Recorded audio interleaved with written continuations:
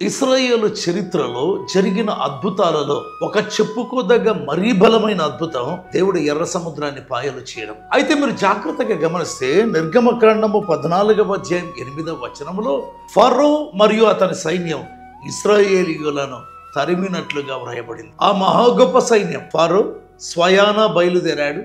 రథములు మరియు 600 శ్రేష్టమైన రథములు, అవి కాకుండా ఇతర రథములు, అవి కాకుండా కాల్బలము, ఇంత సైన్యము, వ్యూహిత సైన్యం అంటే ఆర్గనైజ్డ్ ఆర్మీ ఒక్కసారి ఇశ్రాయేలీయులను తరమడం ప్రారంభించింది. సావు కేకలు పెడుతూ పరిగెత్తుతున్నారు ఇశ్రాయేలీయులు. అయ్యో మేము చచ్చిపోవడం ఐగుప్తులో మేలు కదా అంటారు. ఐగుప్తులో సమాధులు ఉన్నాయి కదా, ఇక్కడెందుకు చచ్చిపోవడం?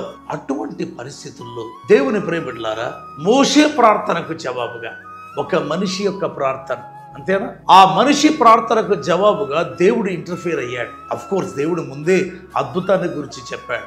ఏమైనా దేవుని వాక్యంలో గమనిస్తే నిర్గమకాండము 14:25లో రాయబడింది, యెహోవా ఏం చేశాడు?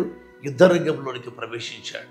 ఆయన యొక్క మేఘస్తంభం, అగ్నిస్తంభం ప్రవేశించినట్లుగా వాక్యంలో చూస్తాం. బైబిల్లో చూస్తే వారి యొక్క రథచక్రములు ఊడిపడినట్లుగా చేశాడు.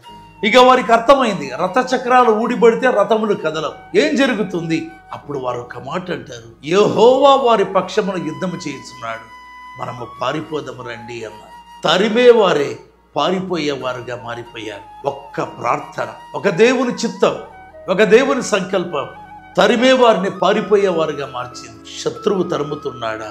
ప్రార్థన విడిచిపెట్టొద్దు, తరిమేవారే పారిపోతాడు. దేవుడు మేము దీవించుగాక. ఆమేన్.